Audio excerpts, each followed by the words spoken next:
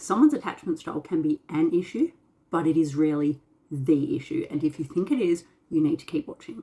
This is where you can see two people that have theoretically the same attachment style, anxious avoidant, fearful avoidant, but they can behave so profoundly different and have such a different impact on your life or the life of those around them.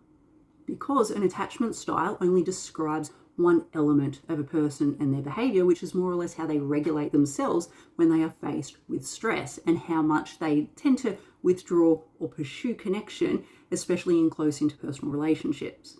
Where someone lands on the attachment spectrum does not give you any insights into their conscience, their sense of self, their ability to tolerate shame, their entitlement to your autonomy when they're afraid or scared, i.e. triggered, as well as their ability to self-reflect, to empathize.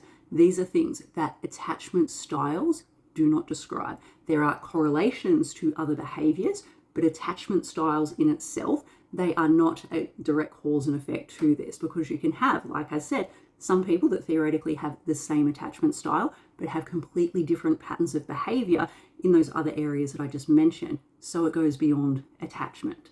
So take anxious attachment, for example. Sometimes this is painted as someone just wants love and attention. They want more closeness. But when that anxiety goes into realms outside of attachment, so if their anxiety is driven by an immensely fragile sense of self, it can actually be quite harmful and quite dangerous. And it can look like things like using guilt to bypass your boundaries, emotional collapsing to avoid accountability, or they may become coercive and demanding because their need for reassurance is treated as more important to your right to space, your boundaries, and your autonomy.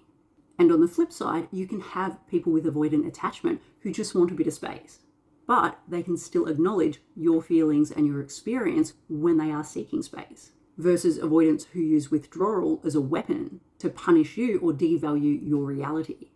One is protecting their capacity, what they can handle. Yes, even that, if they're not communicating it very well, can be pretty shitty, but they are often able to reflect, connect, and grow with you. Whereas the other example, they are protecting their identity, essentially who they think they are. One is workable, one is more or less a no-win situation. So when attachment behavior is used to justify control or avoid repair, the label doesn't matter anymore. What matters is the harm. So attachment matters, but it is not the deciding factor on making a moral judgment of an individual or on a group of people, and it doesn't decide whether or not someone will or won't be a healthy partner for you.